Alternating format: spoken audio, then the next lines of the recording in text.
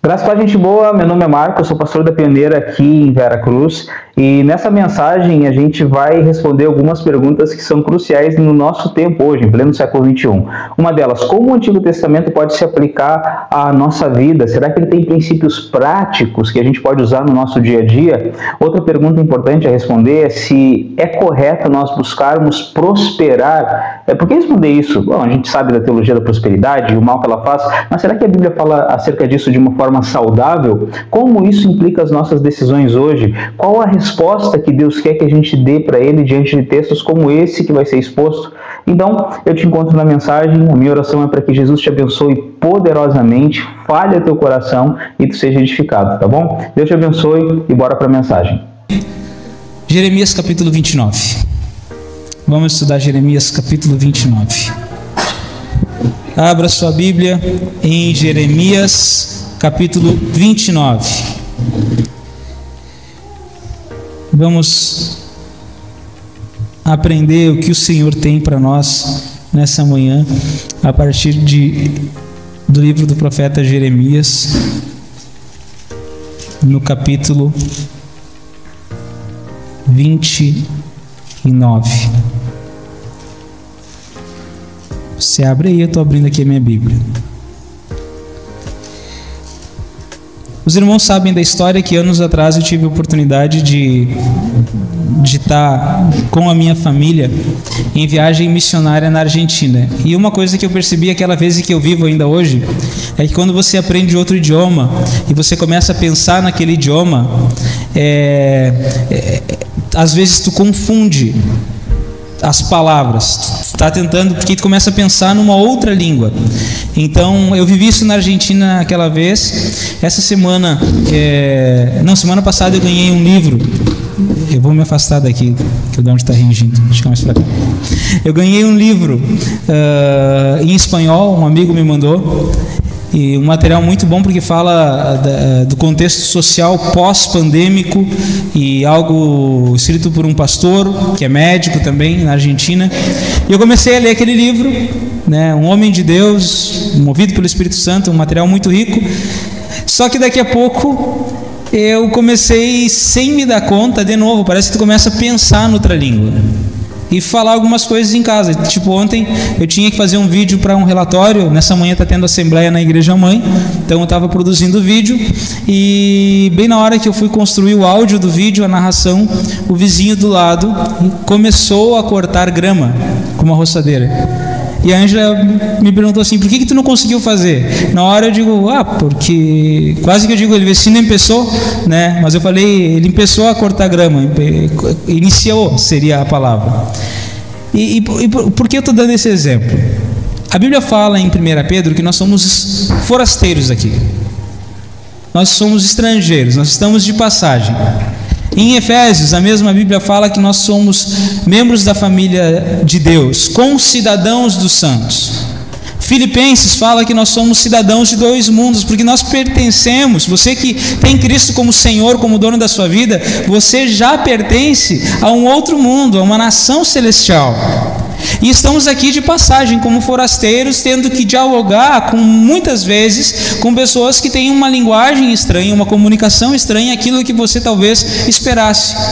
E Jeremias, o Senhor dá uma mensagem muito importante a pessoas que estavam exiladas, que estavam de passagem.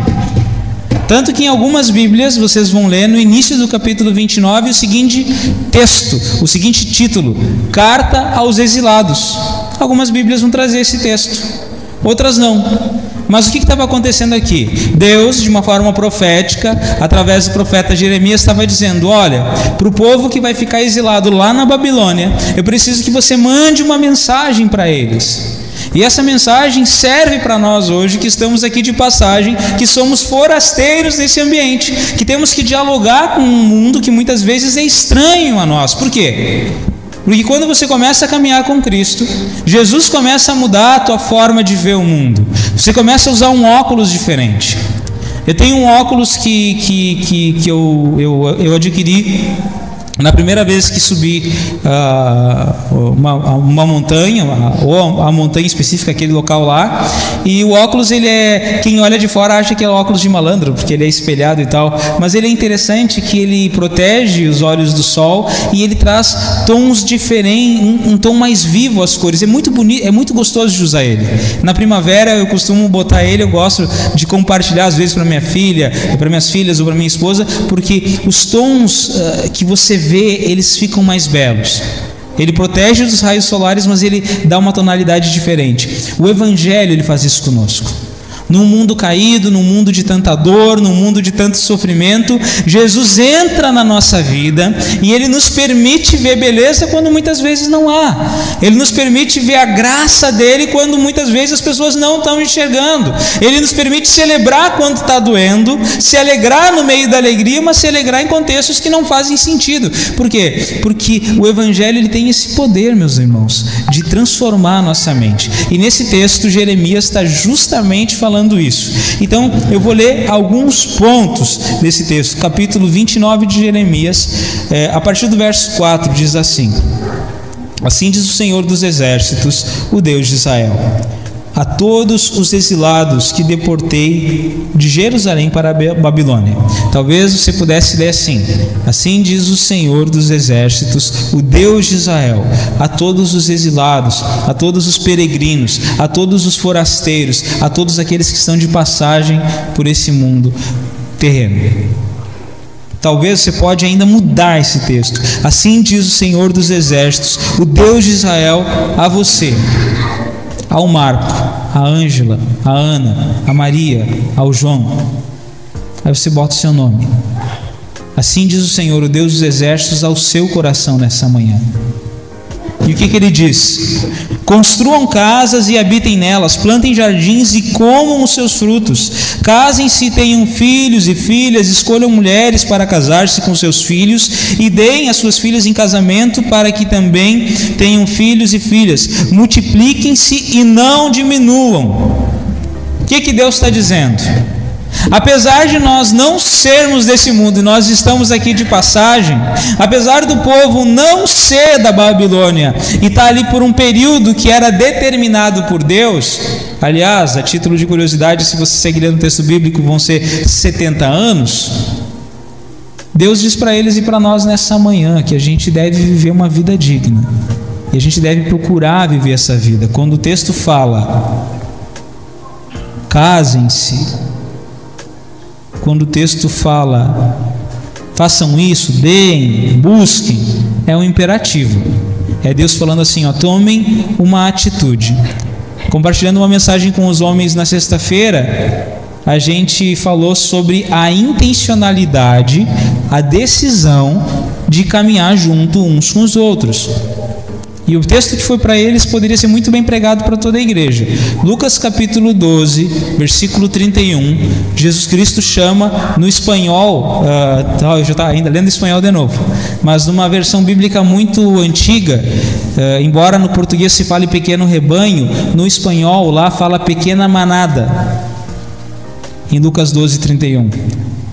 E eu compartilhei com os irmãos aqui, na sexta-feira, um exemplo, que um búfalo sozinho, ele é uma presa fácil. É algo que nós falamos em casa. Ontem a Maria repetiu ainda: pai, como é que é? Sozinhos nós somos presas fáceis, né? Sim, mas como manada nós somos fortes. Em casa a gente compartilha muito isso. Por quê? Porque como família a gente tem que ser uma manada.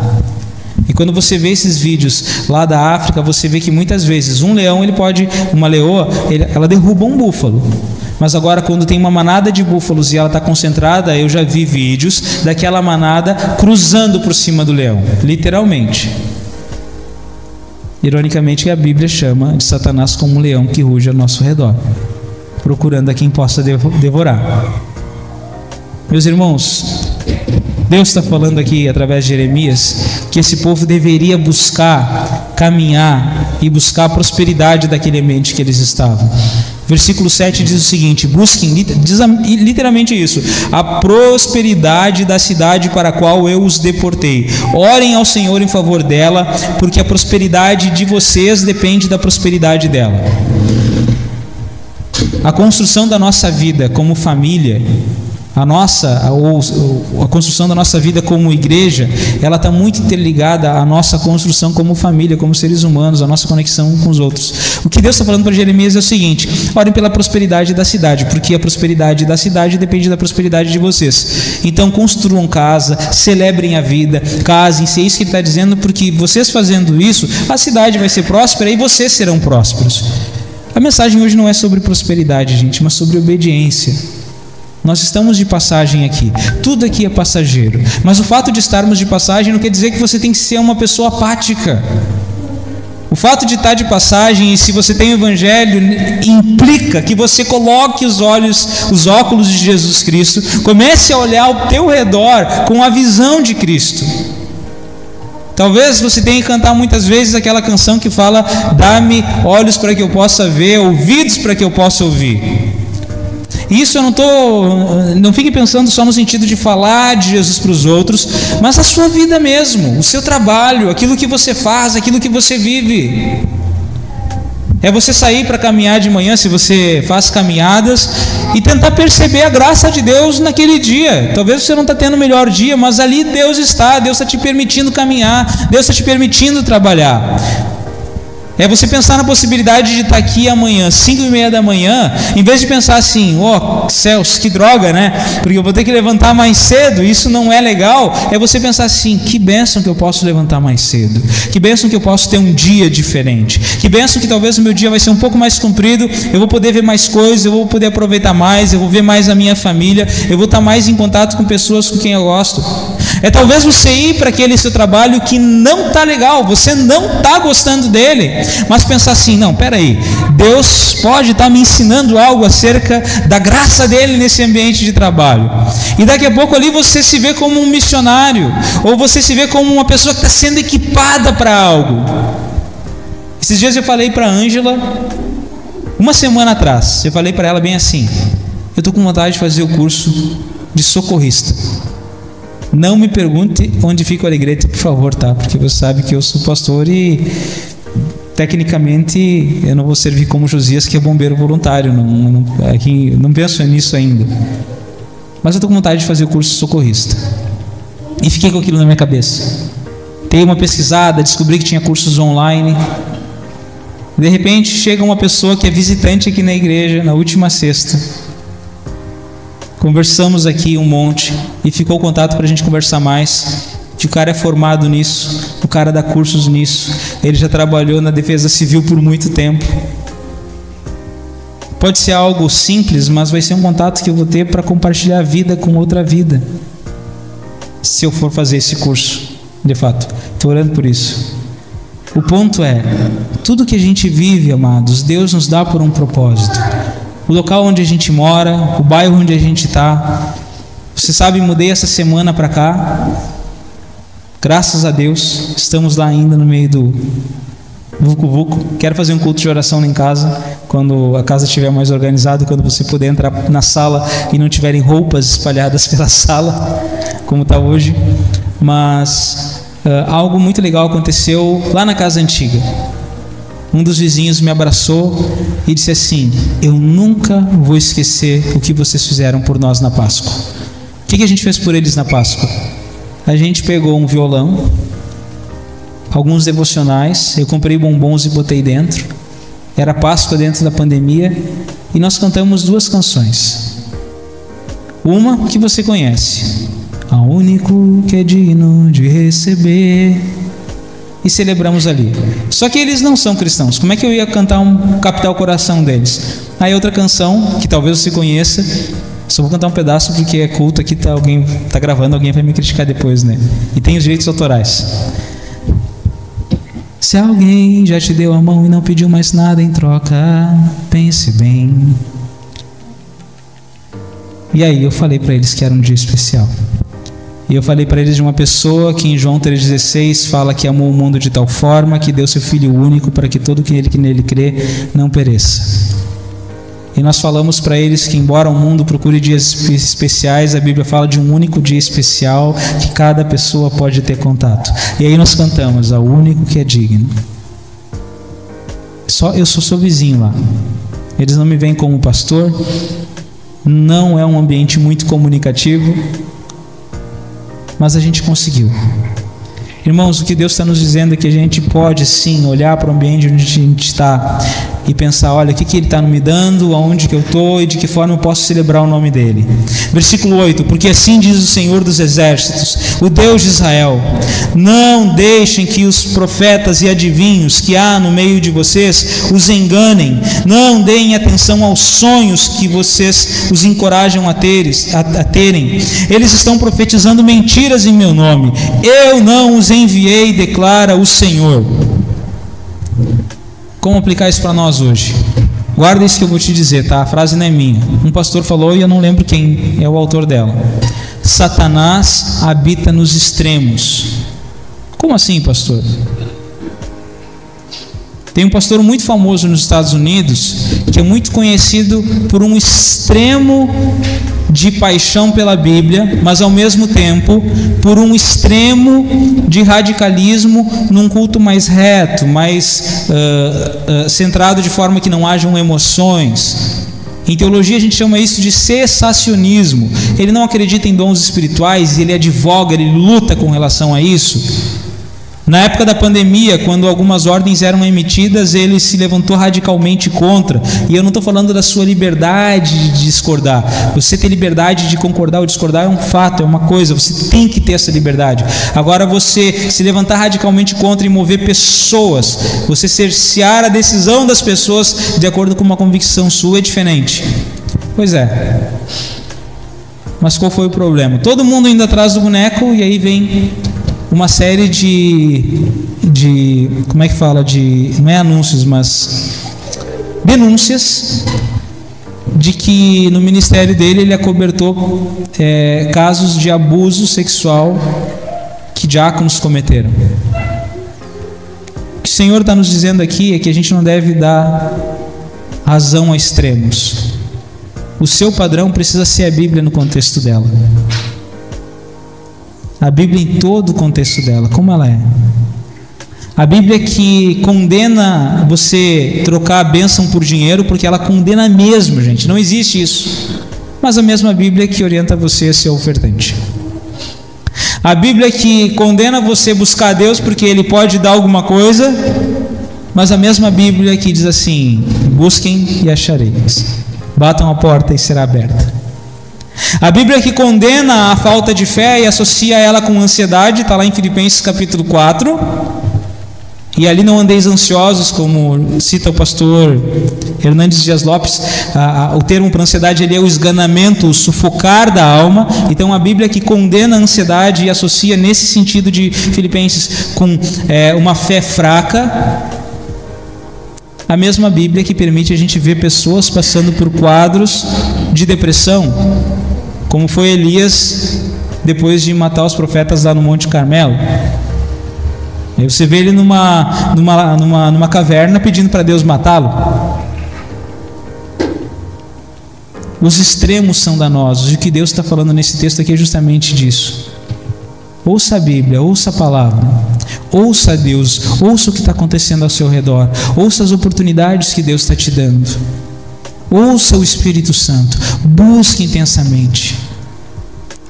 O texto continua assim, verso 10, assim diz o Senhor: quando se completarem os 70 anos da Babilônia, eu cumprirei a minha promessa em favor de vocês, de trazê-los para esse lugar.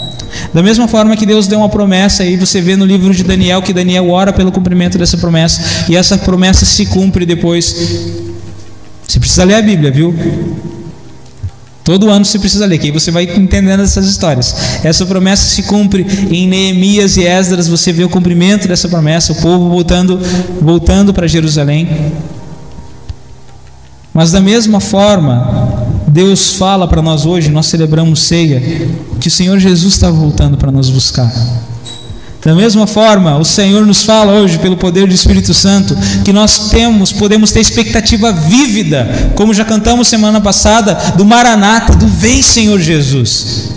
Da mesma forma, nós podemos olhar para esse mundo que às vezes nos fere, e levantar a cabeça e respirar, e declarar: eu me alegrarei. Por quê? Porque nós temos um Cristo vivo. É isso que o Senhor está dizendo. O tempo é passageiro, meus irmãos. 70 anos passam rápido, 80 anos passam rápido, 90 anos passam rápido, e louvado seja Deus se a gente chegar a essa idade, ou no momento for o final da nossa vida, a gente puder chegar ali com firme convicção de que o nosso Redentor vive naquela noite, naquele dia, naquela tarde que o Senhor vai estar te chamando, você puder declarar que aquilo que a sua mente concebia, hoje os teus olhos vão ver face a face. Aleluia! É isso que o Senhor nos fala hoje, quando fala através do profeta. Eles tinham tempo, eles voltariam para Jerusalém, e nós vamos voltar para Jerusalém Celestial. Se você tem Cristo, você vai voltar para Jerusalém Celestial. Não importa se Cristo virá reinar 1000 anos ou se não virá reinar, esse debate teológico, o ponto, o cerne, o que faz a diferença é que naquele grande dia alguns celebrarão com Cristo e outros não, e você precisa decidir com quem que você vai estar. Então o texto nos dá uma promessa maravilhosa, que é para essa manhã e para os nossos dias. Verso 11. E agora leia esse texto como se fosse uma carta para você. Porque sou eu que conheço os planos que tenho para vocês, diz o Senhor. Você pode fazer o que você quiser. Ou como diz a palavra de Deus, uns confiam em carros, outros confiam em cavalos, outros confiam na força das suas mãos, mas eu confio no Senhor. A canção diz isso também, né? Se você pensar na canção, o restante da canção diz: eu celebrarei a glória do Rei.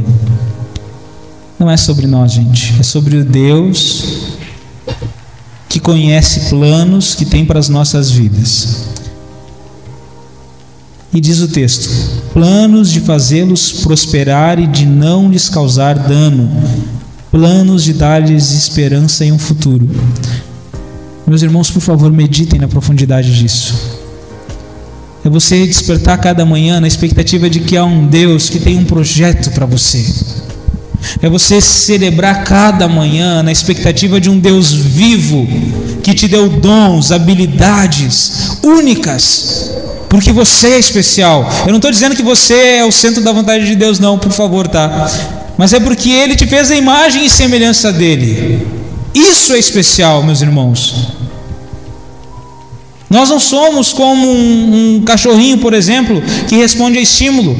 Um cachorro, você espanca ele, se você oferecer uma comida para ele hoje, ele vai voltar com o rabinho entre as pernas. Você não é assim. Deus te fez um ser pensante, um ser com raciocínio, com capacidade de criação, com habilidades criativas. Quem que fez o universo? Quem que é o Criador de todas as coisas? Felipe me deu o violão para me dedilhar nessa manhã. Eu brinquei com ele que eu só sei tocar uma música, porque eu toco o violão para quebrar galho, né? Mas Deus deu um dom para ele. Ele pega aquele violão que estava seco como um pedaço de pau, e nas palavras do Felipe, nessa manhã estava suave como uma manteiga. E estava mesmo. Eu dedilhei o violão.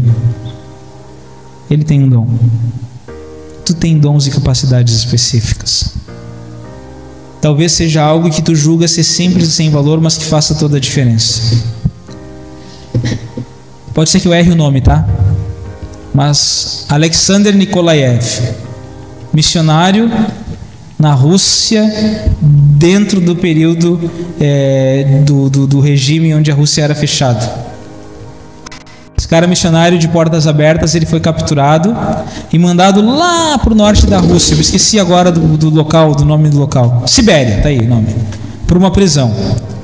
E numa experiência muito bondosa dos oficiais, numa noite, tiraram toda a roupa do Nikolaev e colocaram ele numa cela com as janelas abertas para fora, para ver quanto tempo ele demorava até morrer congelado.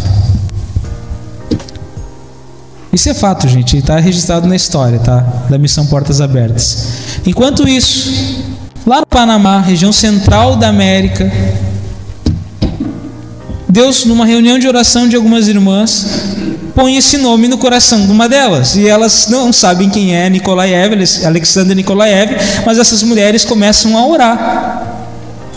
Talvez você pense assim, eu não sei fazer nada, eu só sei orar. Beleza, então tá bom. Isso aí vendo a história, elas começam a orar. E enquanto isso, aquele homem que estava sendo congelado lá, ele relata anos depois que ele sentiu como se algo o abraçasse. E na manhã seguinte ele não estava congelado. O testemunho se tornou público anos depois, quando essas irmãs, investindo, adotando missões portas abertas, o Alexander relata que no dia, por exemplo, 5 de abril, às 10 horas da noite, ele estava lá para morrer, e ele pedindo a Deus por graça ou por uma morte rápida, ele se sente abraçado, mas era o dia que essas senhoras estavam orando naquele horário lá no Panamá, na América Central. Questão dos fusos horários, é lógico, por um nome que elas não conheciam. Meus irmãos, Deus tem planos e projetos para cada um de nós. E a Bíblia diz planos de fazê-los prosperar e de não lhes causar dano, planos de dar-lhes esperança em um futuro. Ok, a pergunta final desse sermão é como que a gente vai poder alcançar isso? Por que buscar Deus a gente já sabe. Nós precisamos buscar a Deus. Por quê? Porque segundo o que nós lemos nessa manhã, estamos aqui de passagem, Ele nos ordena a buscarmos a graça dEle enquanto nós vivemos aqui, a vivermos essa vida para a glória dEle, e Ele ainda nos fala que tem planos para nós. O como? Está escrito no verso 12. Então vocês clamarão a mim, virão orar a mim, e eu os ouvirei. Vocês me procurarão e me acharão quando me procurarem de todo o coração. Eu me deixarei ser encontrado por vocês, declara o Senhor. E se você ler o finalzinho do texto, eu os trarei de volta do cativeiro, eu os reunirei de todas as nações e de todos os lugares para onde os dispersei, e os trarei de volta para o lugar onde os deportei, do lugar onde os deportei. Diz o Senhor. Gente, na prática, é Deus dizendo assim: se vocês me buscarem de todo o coração de vocês, eu vou ouvir vocês. E vai chegar o tempo que eu vou reunir todo mundo. E esse tempo se aproxima. Um outro texto bíblico, que é o que me levou certa vez a escrever aquela visão simples ali. Um discípulo, aliás, um mestre da lei pergunta para Jesus qual é o maior mandamento. E a Bíblia diz que respondeu Jesus: amarás o Senhor seu Deus de todo o teu coração, de toda a tua alma e de todo o teu entendimento. Este é o primeiro e maior mandamento. Amarás o teu próximo como a ti mesmo. Não existem mandamentos semelhantes a esses na lei. Nós amamos a Deus, nós amamos as pessoas e servirmos ao mundo. Se a gente conseguir fazer isso, a gente está buscando a prosperidade do local onde Deus nos colocou. A gente está cuidando dos ambientes familiares onde a gente está. A gente está crendo que Deus tem um futuro para nós e a gente está buscando Ele. Gente, a Bíblia ela é toda interligada. Pessoas diferentes foram movidas pelo Espírito Santo para construir um mesmo texto, uma mesma mensagem. A pergunta final é: que resposta nós vamos dar ao Senhor? Como eu posso buscar mais ao Senhor à luz desse texto? Como eu posso buscar esse Deus que tem um futuro? No esboço que eu tinha, eu citei algumas coisas, tá? Mas vamos lá. Você pode buscar mais a Deus estando conectado com seus irmãos. É um apelo que eu faço. Tome a iniciativa, ligue, manda mensagem, faça algo, responda a mensagem. Se a pessoa for que nem eu, que às vezes é demorada, liga de novo. Esteja conectado, não caminhe só. Sozinho você é presa fácil. O leão, ele procura as presas fáceis. A leoa, no caso, que são as leoas que caçam, elas procuram a presa mais fraca, a presa que está sozinha, a mais vulnerável. Não ande só. Busque mecanismos de andar com alguém. Não ande só. Não ande vagando, com a sua mente vagando por aí. Gente, eu sei e eu entendo todos os irmãos que dizem para mim, tem uma visão que não é necessário ler a Bíblia toda em um ano. A Bíblia nem diz que você tem que ler ela toda em um ano. Tudo bem? Mas um ditado popular fala que cabeça vazia é oficina do diabo. E quando Davi estava vagando com a cabeça dele vazia, foi quando ele caiu. Quando ele cometeu o adultério com Batseba, e depois aquele adultério levou ao assassinato de Urias e a morte ainda da criança que ela tinha no ventre dela. Então, preenche seu tempo com a palavra. Começa a ler. Compartilha com algum irmão, coisa boa. Cedo da manhã. Eu lendo a Bíblia de um lado, a Ângela lendo do outro, ela fala para mim o que ela aprendeu. Eu falo para ela, compartilho, olha só que coisa que Deus falou comigo. Começa a ler a Bíblia de uma forma como se fosse para você assistir uma série ou uma novela. Porque você vai estar lendo e as pessoas vão achar estranho. Você vai estar lendo e você vai dizer, cara, eu não acredito nisso. Porque a Bíblia não esconde os erros das pessoas. Você vai estar vendo ali a forma como alguém errou, assim como você vai ver um projeto legal e você dizer, cara, que coisa tremenda isso. Ame a Deus, busque a palavra dele. Ame as pessoas, esteja conectado. De que forma nós podemos amar o mundo, gente? Começa cuidando do teu jardim. Faz da tua casa um ambiente gracioso. Começa construindo um ambiente gostoso onde você está. Se você trabalha num escritório que ninguém leva flores, tu pode ser a primeira pessoa a botar um vasinho lá. Começa cuidando das tuas coisas. Aí depois vai abrindo um pouquinho. Toma uma pequena iniciativa. Você está vendo alguém passar por necessidade, talvez você não vai ter o recurso, a resposta para aquilo, mas você tem boca, você pode falar com a assistência social do nosso município. Você olha para a pessoa e diz assim, ó, posso te ajudar? Eu lembro quando a gente fez a última festa da família, aquela do verão, né, lá em Formosa, que a Mari se sentiu sensibilizada pelos cachorrinhos, e o que a gente fez? A gente entrou em contato com o dono da propriedade, porque tinha os cães que não eram dele, que se querenciaram lá, e a gente diz assim, a gente pode ajudar? Eu só fiz a pergunta em nome da Mari, porque não fui eu que fui lá, né? Quem fez as viagens foi a Mari.